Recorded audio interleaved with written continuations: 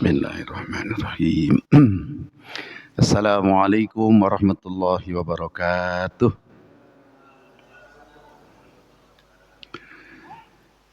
A'udzu billahi as-sami'il 'alim minasy syaithanir rajim. Bismillahirrahmanirrahim. Alhamdulillahi rabbil alamin wassalatu wassalamu ala asyrafil anbiya'i wal mursalin.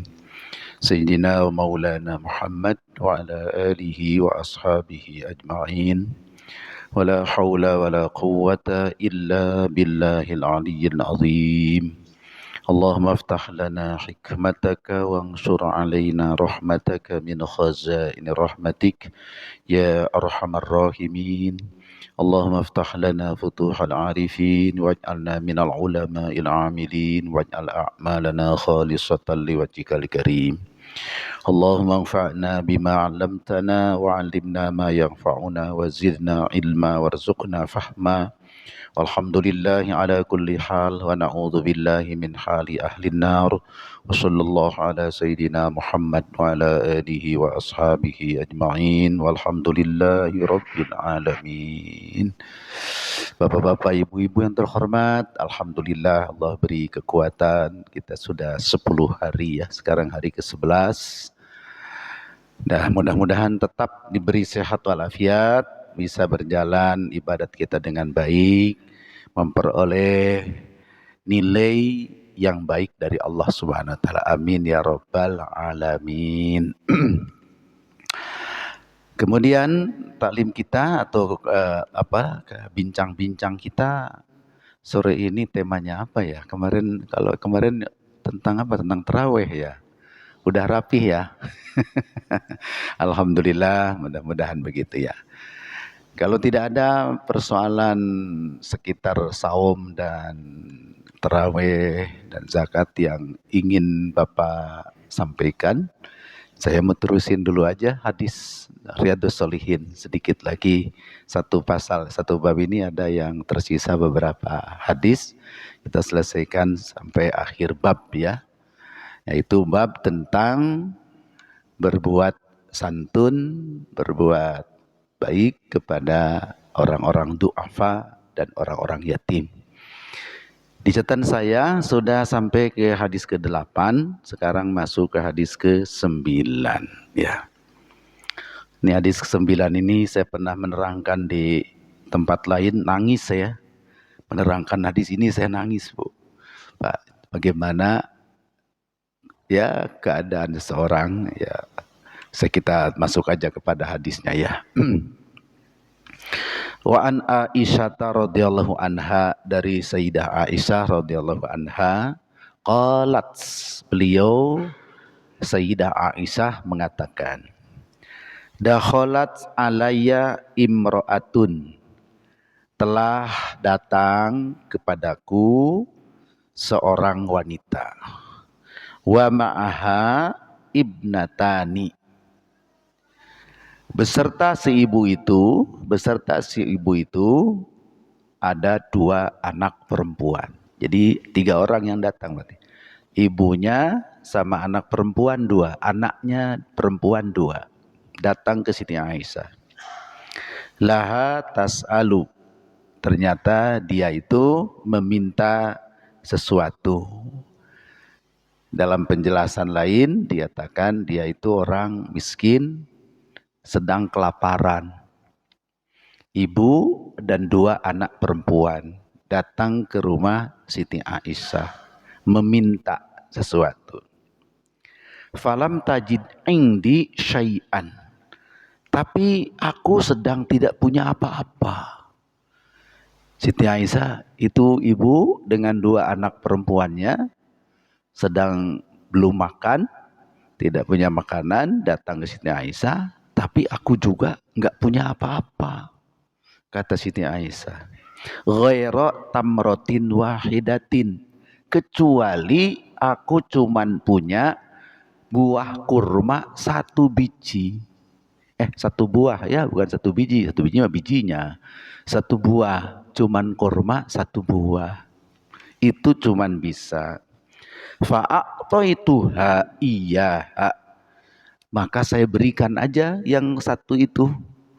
Tidak disebut satunya itu segede apa ya. Kurma kan beda-beda ya. Ada kurma kecil-kecil, ada kurma gede-gede, segede kedondong gitu, ada tuh gede ya.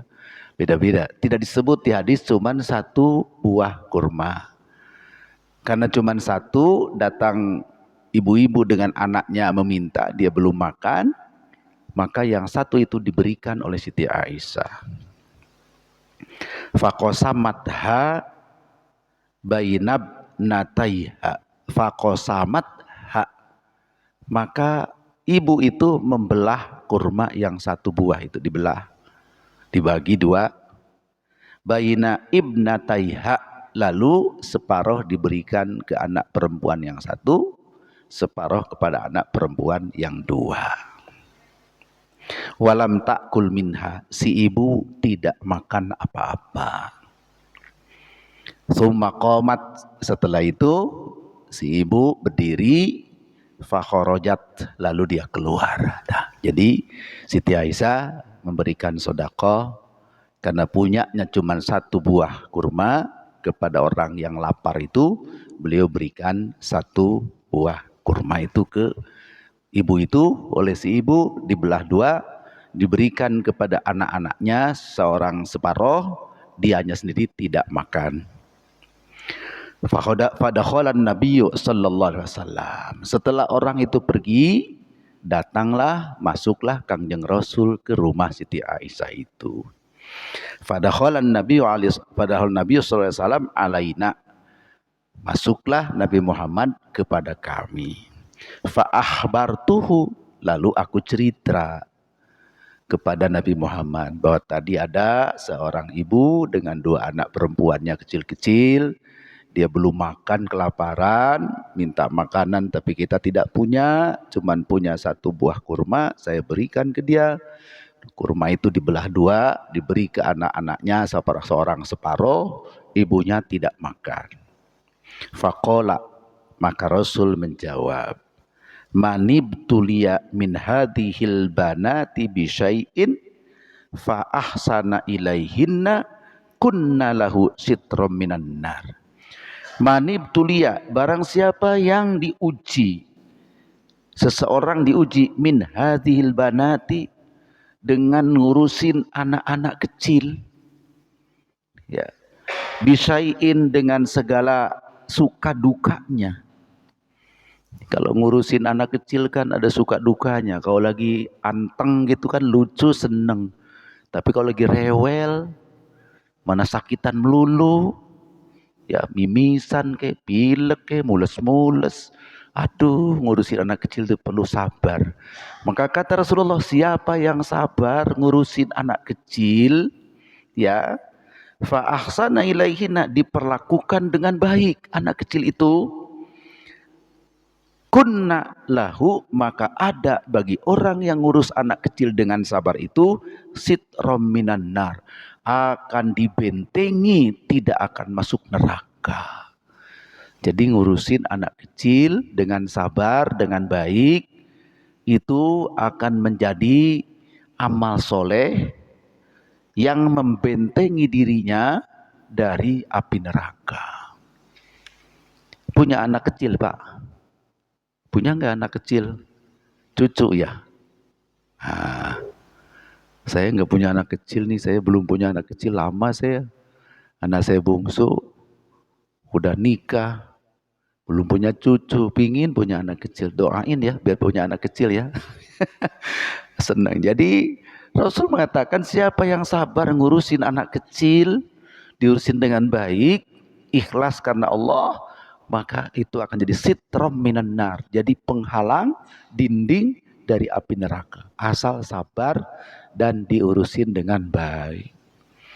Itu suka ada yang ngurusin anak dibentak-bentak, dikusur gitu ya. Harus sabar, harus buat baik nih. Baik Bapak. Jadi ini hadis ini seolah-olah memuji si ibu yang tadi minta itu. Ya, sehingga ketika ada makanan cuma sebiji, ibu mendingan tidak makan. Yang penting anak-anak. Ini yang kemarin pertama saya ngerenungin ini, saya nangis ngerenungin ini ya. Kita terusin dulu karena masih ada dua hadis sama itu isinya. Wa an Aisyata, dan juga dari Siti Aisyah hadis berikutnya radhiyallahu anha, Allah semoga meridhoi beliau, aidan juga dari Siti Aisyah, qalat Siti Aisyah berkata, ja'atni miskinatun, ja'atni telah datang kepadaku miskinatun, seorang wanita miskin. Ini sebenarnya hampir sama ini ceritanya, cuman mungkin pengalamannya berulang-ulang ya. Tahmilu ibnataini, dia menggendong dua anak perempuan. Jadi mirip, entah yang sama yang orang tadi juga, entah yang lain ya. Tahmilu ibnataini, dia menggendong dua anak perempuan. Laha fa'at amtuha salasa tamratin, lalu dia minta makan, minta makan ya. Lalu Siti Aisyah punya 3 biji kurma. Kalau tadi cuma 1 biji, jadi kayak sholat witir ini ya, tadi 1 sekarang 3. Punyanya 3 biji kurma. Fa'aqtat kulla wahidatin minhuma, setelah diberi 3 biji kurma, karena cuman itu yang ada, oleh si ibu itu masing-masing anak dikasih 1, kan 3. Nah ini kasih 1, ini kasih 1. Nah ya, kemudian 1 lagi kulahin buat dia ya. Jadi anaknya dapat 1, dia dapat 1, kan 3. Warafa'at ila fiha tamrotan litakula fastata'tu ibnataha fasaqatit tamrah allati kanat turin. Ternyata men hormat, dimakanlah sama anak itu, dimakan juga sama dua anak. Ibunya, nah ibunya mau makan, anaknya menepukkan tangan ke si ibunya, rupanya belum kenyang. Ya, fastata'taha ibnataha fasaqatit tamrah allati kanat turidu an ta'kulaha bainahuma, karena dia merasa anak-anaknya belum kenyang, jatah dia dibelah. Jatah dia makan dibelah. Lalu separuh kasih lagi ke anak yang pertama, kasih kedua. Tidak makan ibunya. Ya. Fa'ajabani sya'nuha, saya, kata Siti Aisyah, mengagumi ibu itu. Walaupun dia pun lapar, tapi anak lebih dulu. Fadakatul ladzi sona'at li Rasul. Peristiwa ini saya ceritakan lagi ke Rasulullah ketika Rasul datang. Faqala, maka Rasul menjawab atau mengatakan, innallaha qad aujabalha bihal jannah. Allah telah mewajibkan si ibu itu masuk surga. Au a'taqaha biha minan nar, atau dibebaskan dari api neraka. Rawahu Muslim. Nah, saya dulu, saya tidak tahu pernah cerita belum di sini ya. Mohon maaf kalau sudah pernah cerita ya, karena sering saya ngobrol di sini, sering cerita. Tahun 64, 63, 64, masa Orde Lama Pak, paceklik, susah makanan Pak. Ya, saya tidak tahu namanya, saya masih anak-anak, pokoknya susah makanan aja. Di kampung saya itu makan nasi itu cuma sedikit, campur dengan jagung yang sudah dicincang itu. Jadi mungkin Bapak pernah dengar lagu dangdut itu, nasi campur jagung itu. Siapa yang nyanyi ya? Mus Mulyadi apa siapa ya? Masih ingat ya? Nasi campur jagung gitu. Nah, saya lupa saya. Itu ada lagu dangdut itu. Itu merekam peristiwa tahun 60-an, zaman Bung Karno. Ya, karena yang makan susah, nggak ada nasi, nggak cukup nasi di Indonesia ini. Lalu kalau makan dicampur jagung, bisa dibeli di warung jagung itu untuk campuran nasi. Bahkan ada saat tertentu kita di drop dari Amerika waktu itu, kalau tidak salah bulgur namanya. Bulgur itu makanan sejenis gandum kali, tapi kalau di Amerika katanya makanan kuda itu. Dikirim ke Indonesia, kita makan gulur itu, dimasak gitu, dimasak. Ya, itu masih ingat saya masa kecil. Nah, jadi pengalaman saya, rupanya itu merata ya, yang prihatin itu merata ya. Jarang orang kaya lah waktu itu, semuanya begitu makan itu. Saya sekolah agama itu pada zuhur sampai asar. Ya, pagi-pagi ada makanan biasa. Jadi makan di kampung saya 2 kali. Pagi sama asar. Pagi sebelum sekolah atau siangnya pulang sekolah pagi. Makan kedua itu setelah sekolah agama, asar. Gini hari makan. Habis sekolah agama, pulang ke rumah, pada asar, sampai sholat asar itu makan. Cuman 2 kali makan, bukan 3 kali zaman dulu. Nah, pagi makan, sore makan. Ternyata sore itu pulang pengajian, pulang sekolah agama itu, habis sholat asar ke rumah, ibu saya menyiapkan makanan itu sedikit, Bu, campur jagung. Enggak per piring, cuman sepojoknya doang. Karena memang enggak ada lagi. Ibu saya bilang gini, sementara kami ini bersaudara 9 orang, Pak. Saya bersaudara 9 orang. Kata ibu, kamu makannya segini ya. Jadi nggak ada lagi, udah kita makan. Nah, namanya kita anak kecil ya ridho aja, walaupun masih lapar ya. Ya sudah, karena zaman dulu bukan ngambil sendiri, memang dipiringin masing-masing. Gitu Pak. Ini saya, kalau Bapak mau orang kaya kali, enggak, sama juga Pak. Tahun 60-an, ada yang belum lahir tahun 60-an ya. Itu udah makan segitu, udah seadanya udah makan. Kita sabar aja, karena ibu saya juga mengatakan kita nggak ada lagi, jadi makannya segini aja ya. Iya, ibu saya tegar orang yang makan. Dah makan, udah selesai makan, maghrib. Maghrib, sholat maghrib, habis maghrib ngaji. Kan nggak di kampung, maghrib ngaji itu maghrib ya, maghrib sampai isya ngaji. Udah nggak makan lagi, cuman tadi harus makan sore biasanya gitu. Nah, cuman habis maghrib ini, ya habis ngaji maghrib, pulang setelah isya itu ke rumah, ibu saya bilang, kamu makan lagi tuh, ada makanan. Makan lagi, walaupun sedikit-sedikit, akhirnya kan lumayan juga. Bapak saya nggak tahu itu. Tadi bilang nggak ada lagi. Kok sekarang ada lagi? Padahal ibu saya nggak kemana-mana. Ayah saya kerjanya cuma guru ngaji. Nggak ada honornya guru ngaji. Ya, saya mikir, akhirnya saya simpulkan, mungkin jatah bapak dan ibu nggak jadi dimakan. Dibagi ke anak-anak. Kepikirnya belakangan, waktu itu mah nggak kepikir Pak. Belakangan, mungkin ibu itu lebih baik anak-anak yang tadi kasihan belum pada kenyang, biarin saya tidak makan. Di situ Pak, saya menangis kalau ingat itu. Bagaimana seorang ibu itu, seorang bapak itu menyayangi anaknya, demi anak-anaknya kadang-kadang dia harus ya mengorbankan kepentingannya, gitu Pak. Saya ingat ke hadis ini saya baca ingat ke masa kecil saya. Oh ya Allah, saya bilang, itulah indahnya kasih sayang. Dalam kesulitan pun tetap indah kalau satu sama lain saling menyayangi. Yang paling tidak bisa dihitung kasih sayang orang tua kepada anak, tidak bisa dihitung, tidak bisa ditimbang-timbang, pasti seperti itu kepada anak ya.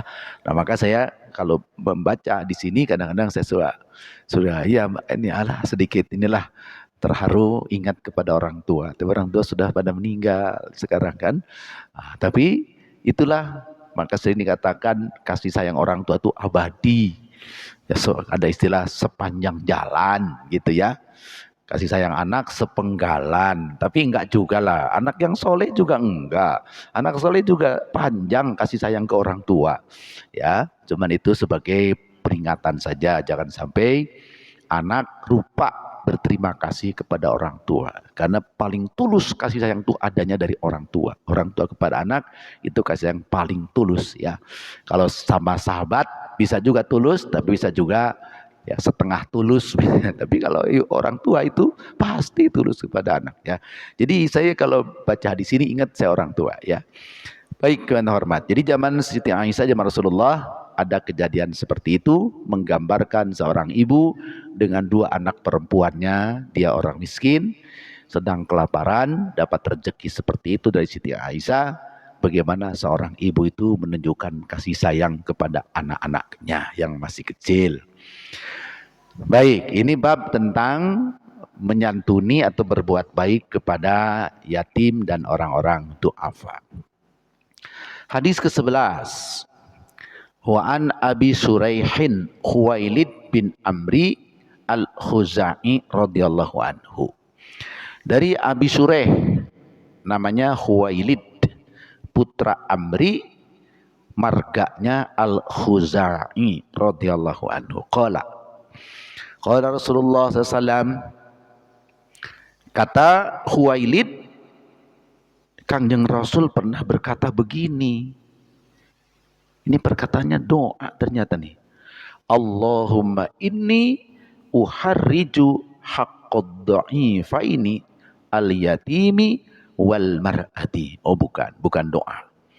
Allahumma ya Allah, ini sesungguhnya aku uharriju, aku menganggap diriku berdosa. Haqqad dha'ifain, kalau mengabaikan hak dua orang dhaif. Kalau saya abaikan dua macam orang dhaif ini, saya dosa ya Allah. Kata Rasulullah, siapa yang dua itu? Al-yatimi, anak yatim, wal mar'ati, dan kaum wanita. Jadi Rasulullah ini berkata begitu kepada Allah, ya Allah, saya anggap saya berdosa kalau saya mengabaikan haknya anak yatim dan kaum wanita. Coba kurang apa Islam ini? Ya, menghargai kehidupan, ya. Umumnya, nah, wanita itu sering ada di pihak yang dhaif. Laki-laki ada di pihak yang kuat. Maka laki-laki melindungi hak perempuan. Anak yatim umumnya dhaif. Walaupun anak yatim kaya, kan bisa anak yatim kaya. Bapaknya kaya, meninggal, anaknya masih kecil, kan yatim itu. Tapi duitnya banyak. Tapi dalam pandangan Islam, walaupun duitnya banyak, anak yatim kekurangan kasih sayang. Tidak ada bapak kekurangan kasih sayang. Maka kita pun harus kasihan kepada anak yatim, walaupun anak yatim kaya. Nah, cuman nanti muncul hukum fikih nih. Kalau anak yatim kaya, itu hartanya wajib zakat apa tidak? Lagi heboh zakat nih, Menteri Agama dihebohin zakat itu ya. Ya heboh ya, di medsos viral, apa-apa gampang viral zaman sekarang ini. Entah potongan, entah lengkap, saya tidak tahu itu. Bagaimana kata Pak Menteri Agama, kita harus tinggalkan zakat. Tapi sepotong rekamannya itu, sepotong. Kalau menurut pandang saya itu kayaknya agak sedikit dipelintir itu. Ya, tidak mungkin seorang profesor, dosen UIN, ya, kemudian imam masjid Istiqlal, mungkin juga hafal Quran, beliau mengatakan maksudnya kita menolak zakat atau zakat kita tinggalkan urusin yang lain. Kalau menurut saya sih kayaknya nggak masuk akal ya. Kecuali dia ada uraian lain yang tujuannya bukan menolak zakat. Saya menduga potensi dana yang bisa dihasilkan dari umat Islam bukan sekedar zakat, mungkin gitu. Lalu orang sering berkutik pada zakat doang, fungsi lain tidak dihidupkan.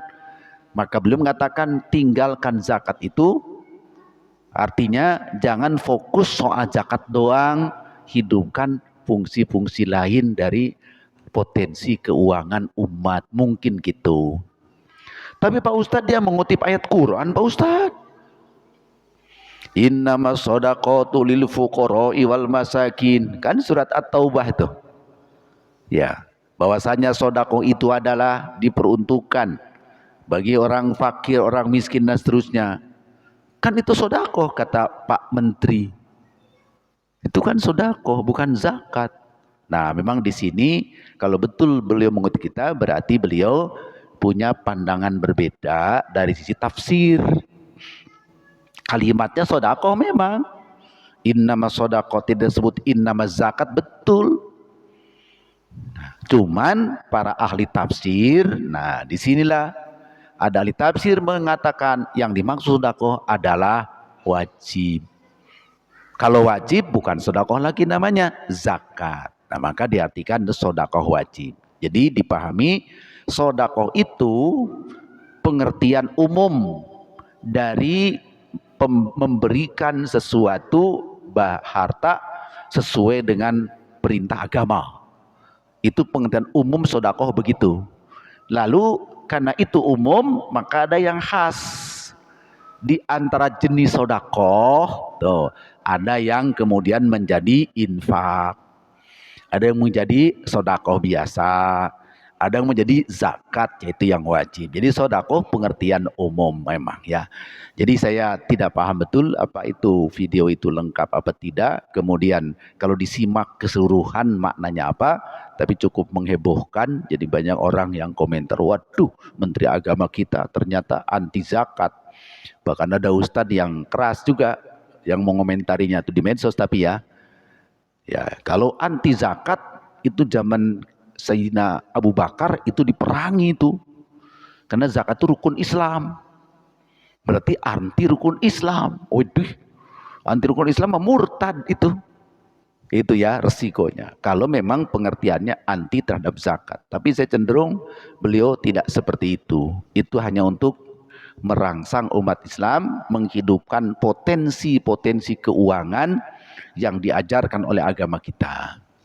Ya, saya kira itu pengertian secara keseluruhannya seperti itu. Jadi kita umat Islam jangan terlalu mudah diadu domba, Pak. Saya kadang-kadang ngeri juga kayak apa namanya? Kayak sekam, kayak ilalang kering gitu. Kalau ada yang beda langsung ini.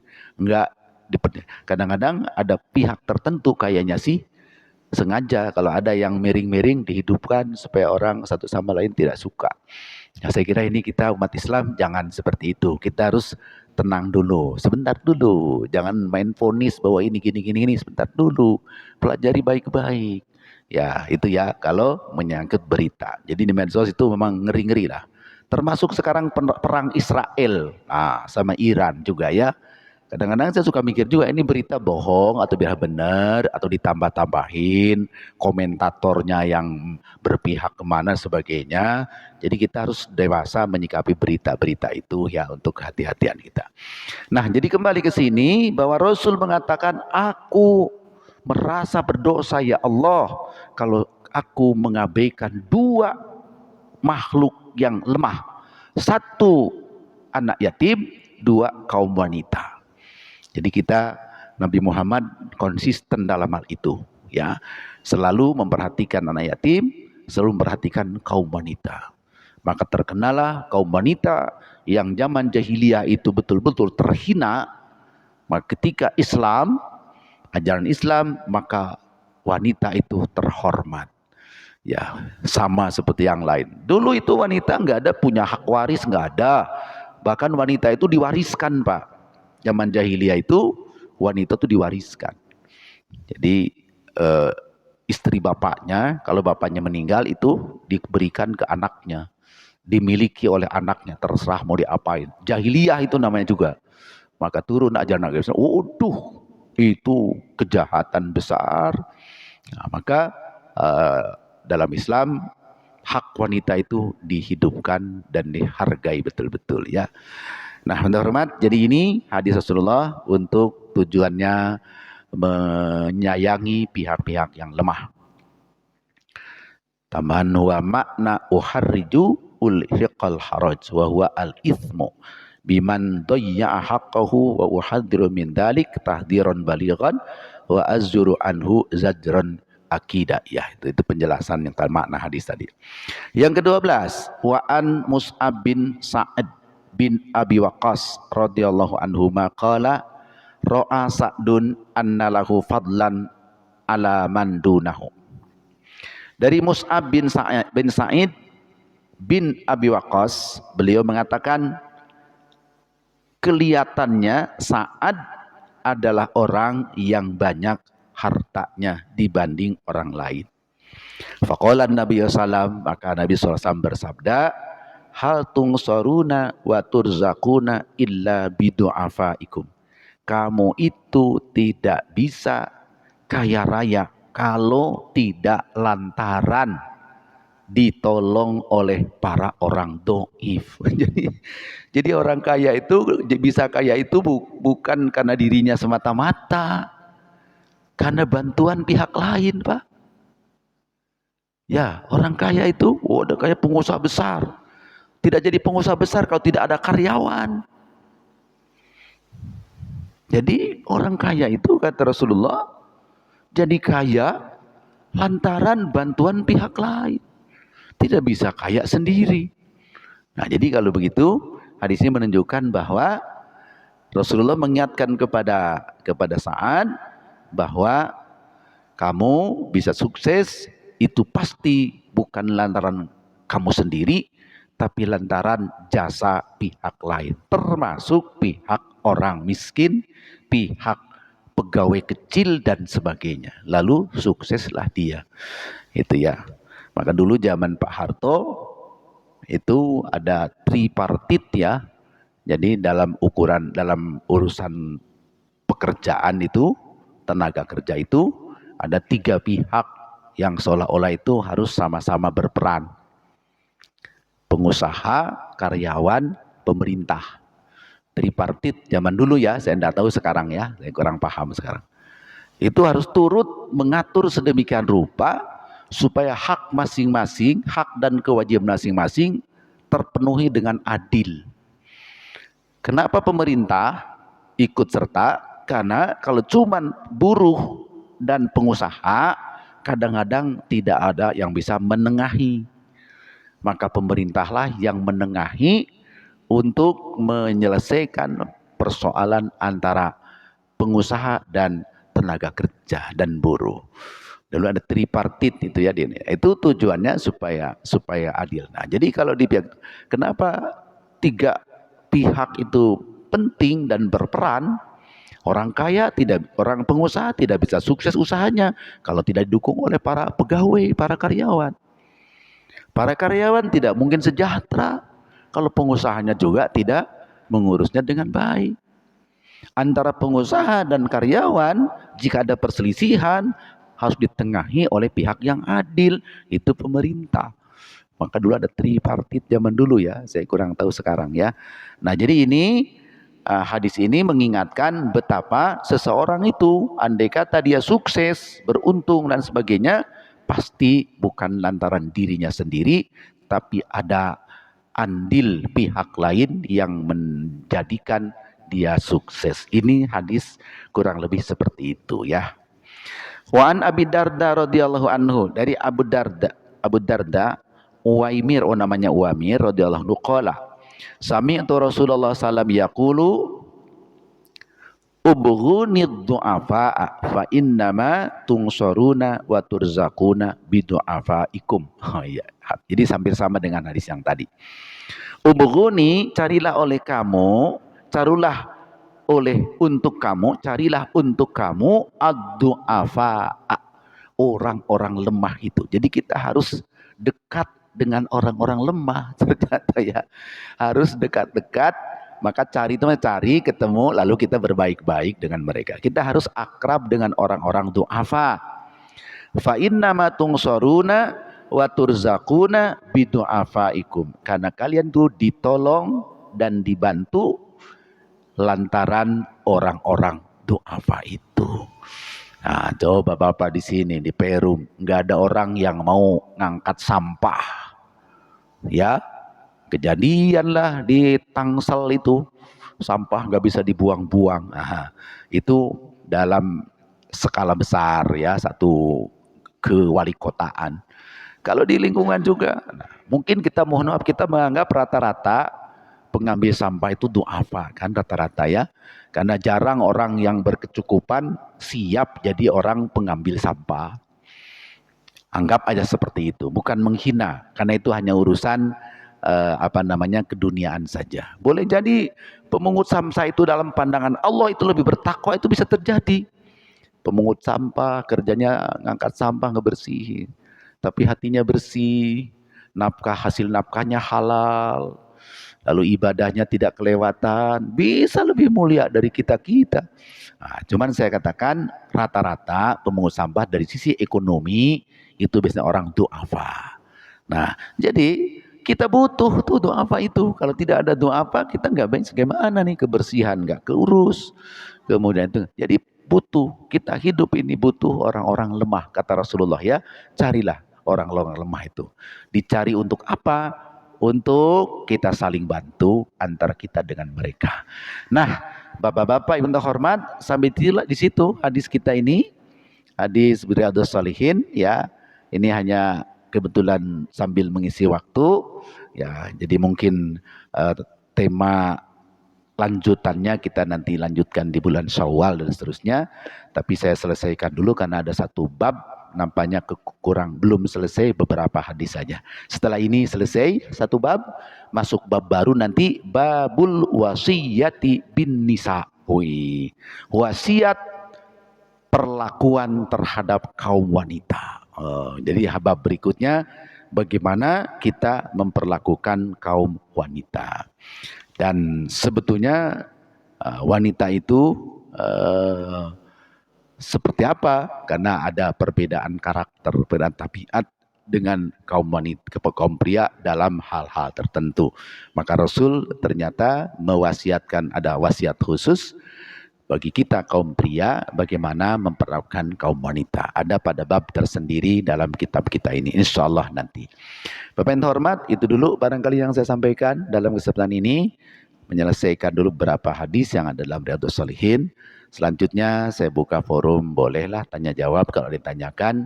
Mungkin bersekitar Ramadan, sekitar saum, sekitar sholat, sekitar zakat dan sebagainya. Kalau ada yang mau disampaikan, saya buka kesempatan. Silahkan. Monggo, ada yang bertanya? Oh iya, silakan. Waalaikumsalam warahmatullahi wabarakatuh. Ya.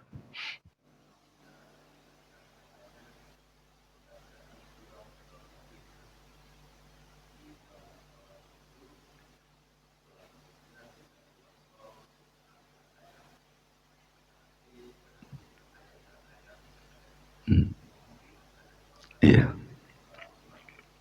Waalaikumsalam warahmatullahi wabarakatuh. Iya. Ada ustadz yang mengatakan kalau baca Fatihah jangan diwasol.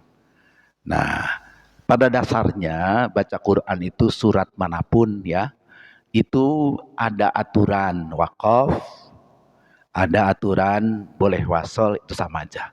Baik Fatihah, surat-surat yang lain, di tempat tertentu kita boleh wakaf. Kalau wakaf caranya gimana gitu ya. Kalau wasol caranya bagaimana. Jadi pada dasarnya semuanya boleh. Ya, walaupun ada jenis berhenti yang berbeda-beda. Ada yang ditekankan berhentinya. Wakaf lazim itu harus berhenti. Kalau tidak berhenti, diwasolkan, itu bisa sedikit merubah pengertian. Kalau sudah wakaf lazim, mim itu ada wakaf mim itu, lazim itu harus berhenti karena kalau diwasolkan itu cenderung pengertiannya berubah. Nah, jadi ada wakaf ya, ada wakaf wajib, ada wakaf aula dan sebagainya ya. Nah, sekarang ke Fatihah, ada yang mengatakan mestinya diwakaf nih. Nah, itu dasarnya apa?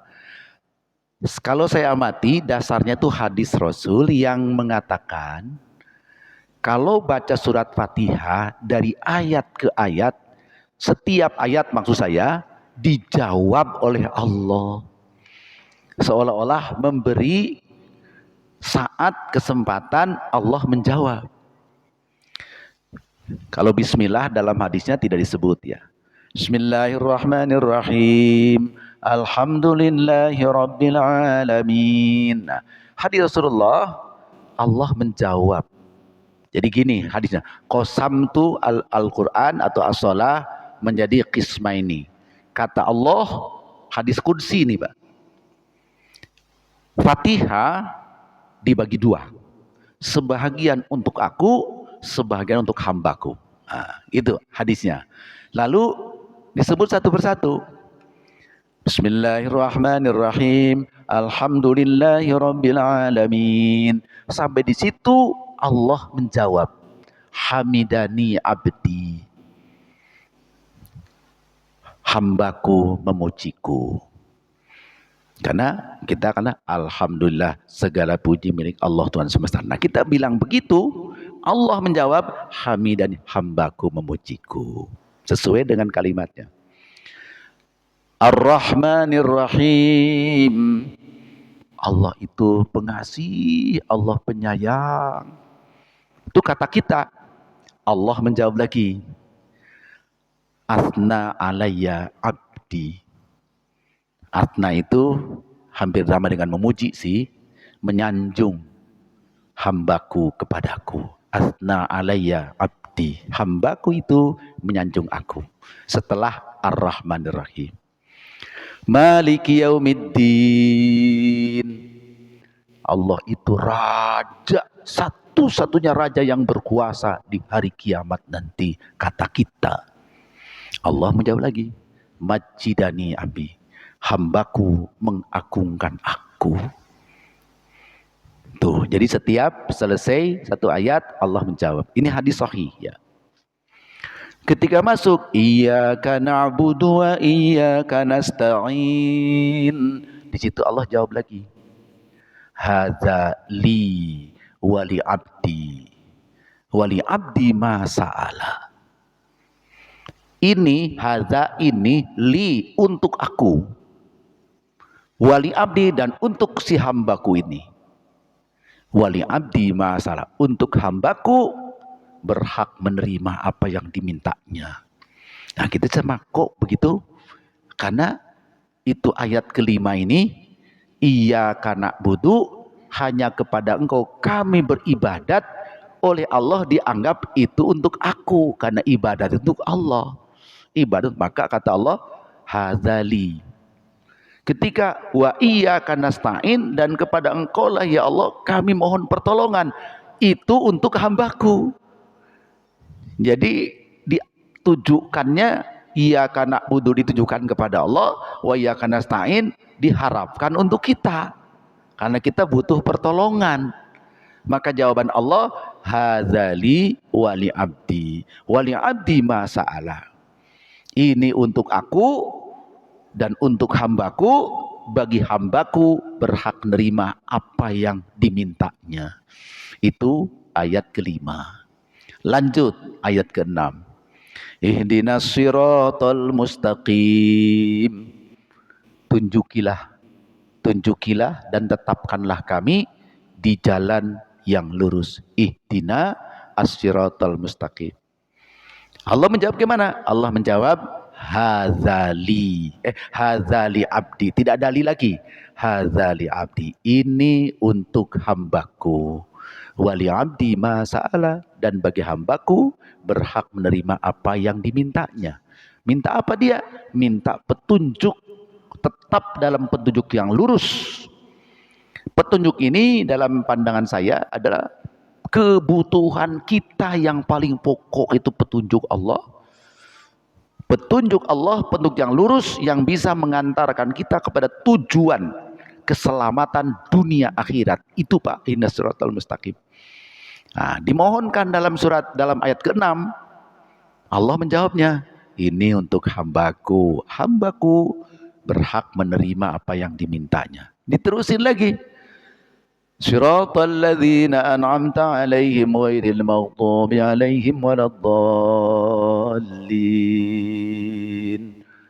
Allah menjawab, hadza li 'abdi wa li 'abdi ma sa'ala. Ini untuk hambaku semua dan hambaku berhak menerima. Nah, atas dasar hadis ini maka banyak guru-guru kita, para ustaz mengatakan kalau baca Fatihah berhenti di setiap ayat. Karena itu sepertinya sebagai adab ketika Allah sedang menjawab kita berhenti. Gitu Pak. Maka itu sering mengatakan, Pak Ustadz bagaimana wakaf terawih kan cepet Pak Ustadz. Gimana kalau diwasol saja? Nah, secara hukum bacaan, wasol dan wakaf boleh-boleh saja. Kalau sedang santai, baguslah berhenti-berhenti Pak. Gimana kalau diwasol? Kira-kira tetap ada jawaban enggak dari Allah? Kalau diwasol nih, Bismillahirrahmanirrahim. Alhamdulillahirabbil alamin arrahmanir rahim maliki yaumiddin iyyaka na'budu wa iyyaka nasta'in ihdinas siratal mustaqim. Terus kira-kira ada jawaban enggak? Nah, jadi hadis itu tentu saja berkaitan dengan sifat Allah. Maha mendengar, maha berkalam, ada sifat sama, basor, kalam. Kalam Allah tidak sama dengan kalam kita. Kalam kita ini butuh waktu, butuh lidah mengucapkannya, butuh kesempatan. Allah tidak membutuhkan itu. Jadi, andai kata dibaca wasol, sebetulnya Allah jawab sekaligus. Tidak pakai bahasa seperti kita. Tapi maknanya memang Allah pasti menjawab kalau kita ikhlas dengan hati khusyuk membaca Fatihah dengan maksud-maksud tadi. Jadi ini jawaban kepada orang yang baca Fatihahnya dengan hati. Karena kita kalau ngomong itu harus dengan hati dong ya. Bahwa saya itu, minta ini, memuji itu, memuji ini, itu harus disadari oleh kita. Nah ini tantangan bagi kita yang disebut dengan khusyuk tadi itu. Jadi jawabannya betul Pak Semangat ya. Para ustadz banyak mengatakan sebaiknya baca Fatihah itu diwakop setiap ayat karena ada hadis yang menyebutkan Allah menjawab. Tapi andai kata di wasol, menurut pendapat saya tidak mengapa asal cara wasolnya benar. Soal bagaimana cara Allah menjawab sesungguhnya tidak membutuhkan waktu seperti kita mau bicara. Itu semua terjawab dengan sendirinya oleh Allah Subhanahu wa taala jika kita membacanya khusyuk. Tinggal sejauh mana kekhusyukan kita melafalkan ayat demi ayat tadi. Ternyata Fatihah berisi pujian dan permohonan ya. Jadi Fatihah itu ada pujian kepada Allah, ada permohonan. Dan ternyata itu menjadi pola, Pak. Pola yang namanya doa itu Pak. Doa itu harus ada pujian, ada permohonan. Ada orang yang mohon doang, tidak muji dulu, tidak bagus sebetulnya. Maka ada berdoa, mungkin Bapak perhatikan guru kita kalau doa Alhamdulillahirabbil alamin. Kan itu muji dulu itu. Alhamdulillah itu muji, belum mohon itu, belum minta apa-apa. Muji dulu, itu adab. Baru masuk permohonannya. Allahu waghfir lana warhamna. Nah, baru permohonannya itu. Jadi selalu doa itu ada pujian, ada permohonan kepada Allah. Itu adabnya. Pola itu ternyata diberi contoh secara jelas oleh surat Al-Fatihah. Ada basmalah, ada hamdalah, puja-puji kepada Allah, ada permohonan, penutupnya amin. Jadi kalau pingin gimana sih rumus nyusun doa, ya kayak Al-Fatihah itu. Cuman karena permohonan kita ini bebas jenis permohonannya, kita bisa tidak seperti surat Al-Fatihah, tidak seperti kalimat Al-Fatihah, silahkan saja. Tapi polanya seperti itu, Pak. Jadi ada pujian kepada Allah, ada permohonan, penutupnya amin. Jadi polanya gampang, asal lihat kita paham surat Fatihah dengan baik, begitulah cara berdoa. Tinggal panjang pendeknya sesuai dengan kepentingannya, kesempatannya dan sebagainya. Jadi begitu Pak Semangat ya. Jadi betul itu ada yang manjurkan peran karena dalam rangka adab baca surat itu karena Allah berkenan menjawabnya. Tapi kalau dikaitkan dengan sifat Allah dalam menjawab, tidak seperti manusia menjawab. Jadi tidak membutuhkan kata-kata seperti kita, tidak membutuhkan waktu seperti kita membutuhkan. Hakikatnya Allah menjawab sepanjang kita membacanya dengan baik dan benar kepada Allah SWT dalam surah Al-Fatihah. Demikian, wallahu a'lam bishawab.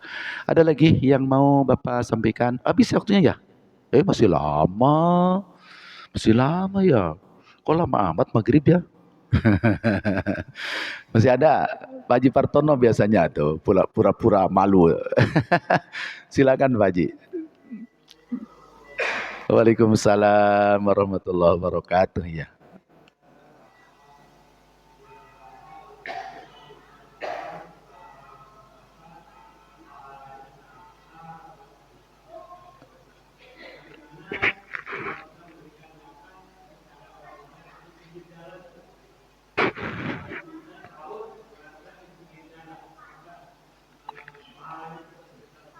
Ya.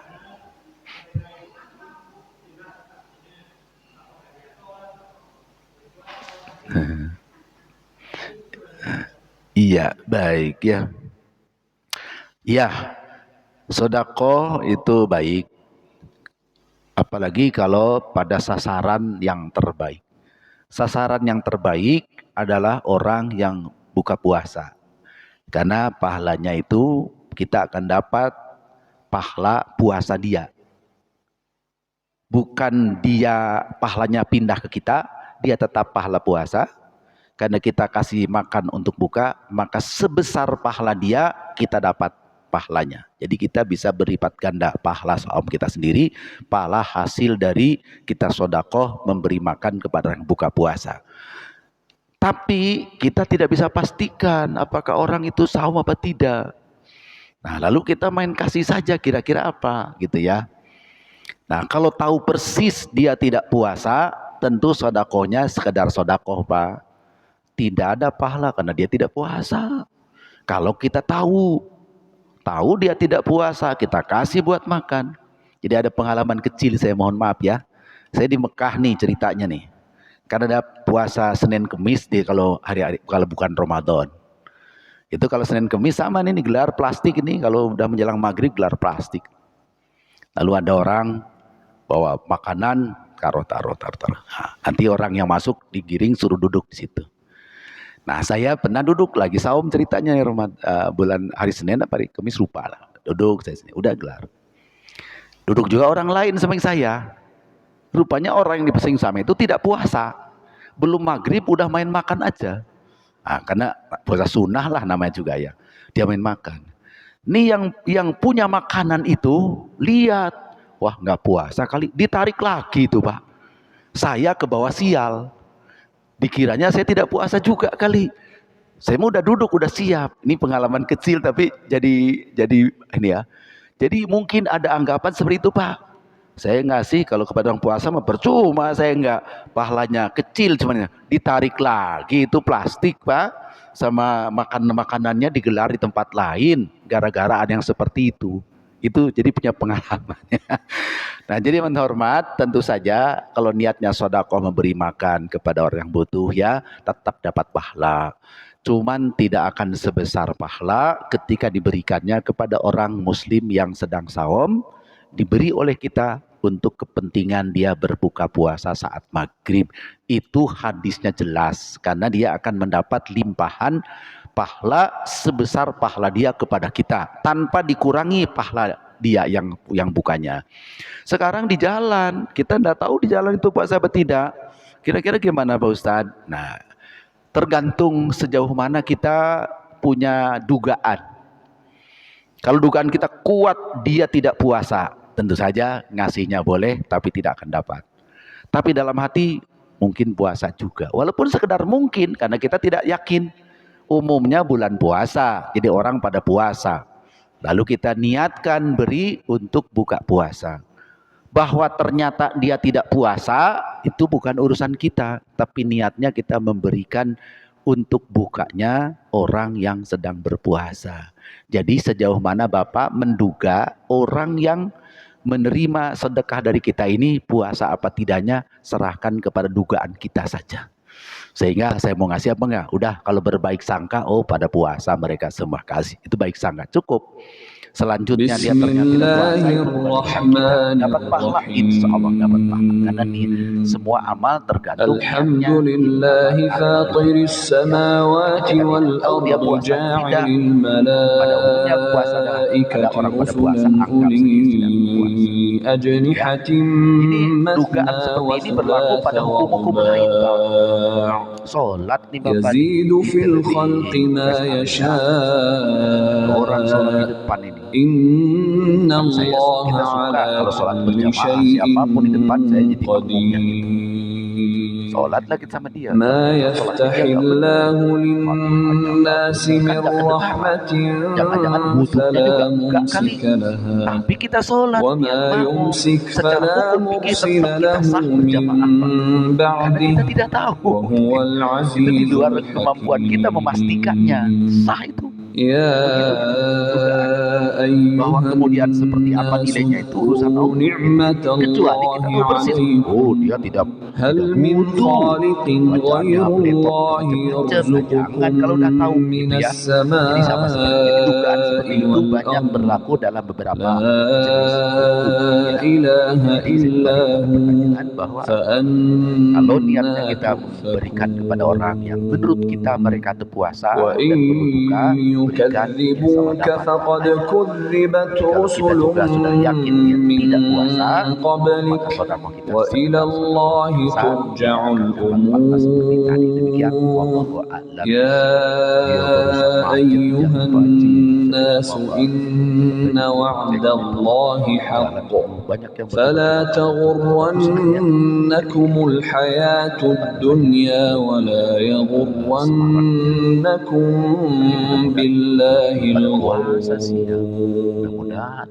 إن الشيطان لكم عدو فاتخذوه عدوا إنما يدعو حزبه ليكونوا من أصحاب السعير الذين كفروا لهم عذاب شديد والذين آمنوا وعملوا الصالحات لهم مغفرة وأجر كبير أفمن زين له سوء عمله فرآه حسنا فإن الله يضل من يشاء ويهدي من يشاء فلا تذهب نفسك عليهم حسرات إن الله عليم بما يصنعون والله الذي أرسل الرياح فتثير سحابا فسقناه إلى بلد ميت فأحيينا به الأرض بعد موتها كذلك النشور من كان يريد العزة فلله العزة جميعا إليه يصعد الكلم الطيب والعمل الصالح يرفعه والذين يمكرون السيئات لهم عذاب شديد ومكر أولئك هو يبور والله خلقكم من تراب ثم من نطفة ثم جعلكم أزواجا وما تحمل من أنثى ولا تضع إلا بعلمه وما يعمر من معمر ولا ينقص من عمره إلا في كتاب إن ذلك على الله يسير وما يستوي البحران هذا عذب فرات سائغ شرابه وهذا ملح أجاج ومن كل تأكلون لحما طريا وتستخرجون حلية تلبسونها وترى الفلك فيه مواخر لتبتغوا من فضله ولعلكم تشكرون يولج الليل في النهار ويولج النهار في الليل وسخر الشمس والقمر كل يجري لأجل مسمى ذلكم الله ربكم له الملك والذين تدعون من دونه ما يملكون من قطمير إن تدعوهم لا يسمعوا دعاءكم ولو سمعوا ما استجابوا لكم ويوم القيامة يكفرون بشرككم ولا ينبئك مثل خبير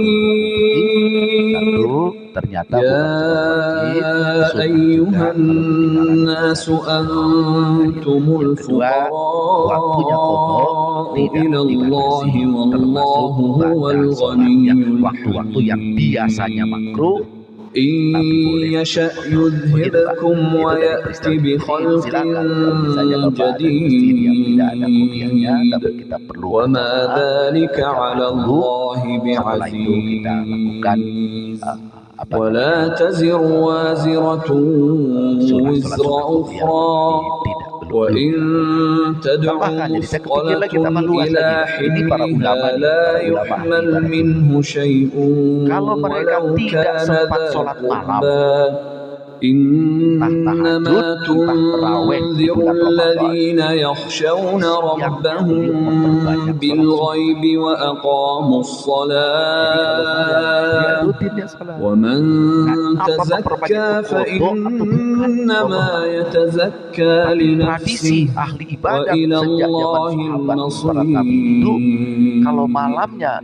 وما يستوي الأعمى والبصير ولا الظلمات ولا النور ولا الظل ولا الحرور وما يستوي الأحياء ولا الأموات إن الله يسمع من يشاء وما أنت بمسمع من في القبور إن أنت إلا نذير إنا أرسلناك بالحق بشيرا ونذيرا وإن من أمة إلا خلا فيها نذير وإن يكذبوك فقد كذب الذين من قبلهم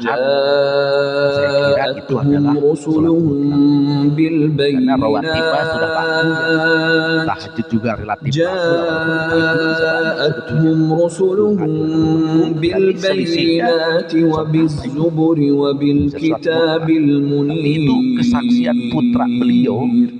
ثم أخذت الذين كفروا وكيف كان نكير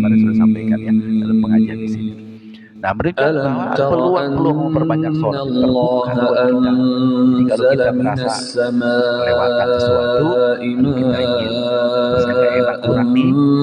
فأخرجنا به ثمرات مختلفا ألوانها ومن الجبال جدد بيض وحمر مختلف ألوانها وغرابيب سود ومن الناس والدواب والأنعام مختلف ألوانه كذلك إنما يخشى الله من عباده العلماء إن الله عزيز غفور إن الذين يتلون كتاب الله وأقاموا الصلاة وأنفقوا مما رزقناهم سرا وعلانية يرجون تجارة لن تبور ليوفيهم أجورهم ويزيدهم من فضله إنه غفور شكور والذي أوحينا إليك من الكتاب هو الحق مصدقا لما بين يديه إن الله بعباده لخبير بصير Setelah dimakamkan masih ada waktu أورثنا الكتاب الذين اصطفينا من عبادنا فمنهم ظالم لنفسه ومنهم مقتصد ومنهم سابق بالخيرات بإذن الله ذلك هو الفضل الكبير sebelumnya habis berlangsung tidak diselang lagi habisnya juga langsung tidak harus يدخلونها يحلون فيها من أساور من ذهب ولؤلؤا ولباسهم فيها حرير وقالوا الحمد لله الذي أذهب عنا الحزن إن ربنا لغفور. Tapi kalau masih ada waktu tunggu tidak perlu niat kodok, cukup niat bahagia dulu saja. Begitu ya. Memang kadang-kadang suka pikir kita kalau ada jenazah itu saya bahagia ya langsung ikut karena ada fardu kifayah juga. Ngurusin jenazah hukumnya fardu kifayah. Yang 4 ya memandikan, mengkafani, mensolati, memakamkan semuanya fardu kifayah. Jadi kalau bapak ibu ke makam itu menunaikan fardu kifayah. Walaupun udah banyak nggak bisa ikut dapat fardu kifayah dan 4 itu fardu kifayah bagi sesama muslim. Wallahu a'lam bishawab. Cukup dulu ya. Dan bukunya belum. Berapa menit tadi? 6 menit. Masih ada pertanyaan habis ya? Satu lagi mungkin saya. Iya. Ya. Baiknya kalau misalnya sholat ibadah itu kita tunggu selesai atau baiknya gimana ya? Kadang-kadang ada durasi waktu, kadang-kadang yang datang suka mepet-mepet untuk sholat memaksakan. Iya. Ini betul harus disadari oleh kedua kami. Ya. Kita sebagai imam dan seorang sebagai muadzin yang mengkhotbah. Sebagai jemaah, baguslah sebelum sholat ba'diyah itu lihat-lihat dulu. Masih ada waktu nggak kalau saya sholat sunat? Udah hampir kuat dia sholat. Nah itu berarti dia tidak bijaksana ya. Lebih baik nggak usah kalau sudah ada waktu. Ini kepada yang tadi datang baru datang. Yang iqamah baguslah memang memperhatikan orang-orang kalau sudah siap baru kita iqamah. Tapi tidak terlalu lama nunggunya gitu ya, begitu. Nah, sekarang kejadiannya ada orang sholat nggak tahu atau lupa, nggak benar. Kalau sudah mau koma, dia udah Allahu Akbar, sholat dia udah baca Fatihah, lalu dia koma nggak lihat juga, langsung koma aja. Atau memang dia mau biarin aja, saya koma aja. Mungkin juga saya koma, dia koma, salah sendiri. Andai katanya seperti itu, gimana sikap orang yang tadi yang sudah terlanjur mulai sholat? Sholat itu tidak boleh dihentikan sembarangan. Sholat itu dimulai dari takbir dan dihentikan salam. Resmi itu kan ibarat umroh apa? Dari mulai labbaik sampai tahallul. Kalau belum tahallul ada itu main berhenti atau belum selesai sudah kabur, nggak bisa. Harus selesai. Sholat ternyata tidak sembarangan. Solusinya kalau kita sudah terlanjur berdiri, sudah berlatihan komat. Nah, baguslah Bapak terusin sholatnya cukup 1 rakaat.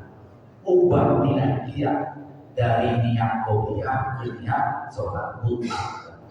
Mutlak 1 rakaat. Niat ubah di tengah-tengah.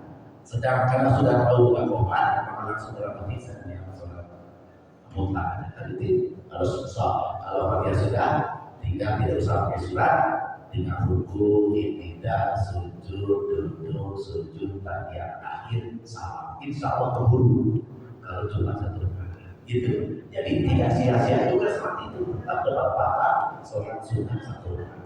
Tapi niatnya harus diubah menjadi niat sholat mutlak. Sholat mutlak tidak dibatasi.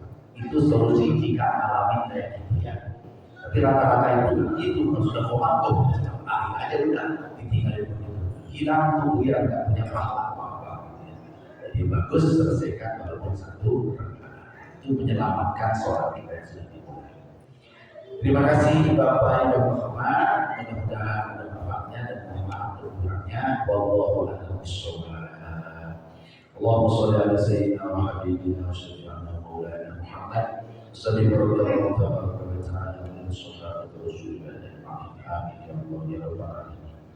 Bismillahirrahmanirrahim. Alhamdulillahirabbil alamin. Hamdan yuwafi ni'amahu wa yukafi mazidahu ya rabbana alhamd kama yanbaghi li jalali wajhikal karim wa 'azimi sultanik.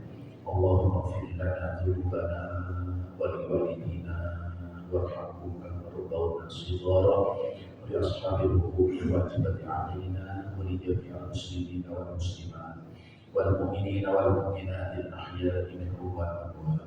Allahumma inna nas'aluka al-huda wat tuqa wal 'afafa wal ghina. Allahumma inna nas'aluka al-'afwa wal 'afiyata wal mu'afata da'iman fid din wal dunya wal akhirah. Rabbana awsi'na an nashkura ni'mataka allati an'amta 'alaina wa 'ala walidina wa na'mal shalihan tardahu wa aslih lana fi dhurriyyatina inna tubna ilaika wa inna minal muslimin walkhina birahmatika fi ibadika as-salihin. Allahumma ahsin aqibatana fi umuri kulliha wa ajirna min khizyi dunya wa adzabil akhirah. Allahumma barik lana fi awladina wa banatina wa la tadurruhum wa waffiqhum li ta'atika warzuqna birrahmah. Allahumma aslih syababal muslimin wa banatil muslimin wa zammil uzzabahum ya rabbal alamin. واجعلهم نافعين للإسلام والمسلمين بارين بآبائهم وأمهاتهم يا رب العالمين. ربنا آتنا في الدنيا حسنة وفي الآخرة حسنة وقنا عذاب النار. وصلى الله على سيدنا محمد وعلى آله وأصحابه أجمعين والحمد لله رب العالمين. والسلام عليكم ورحمة الله وبركاته.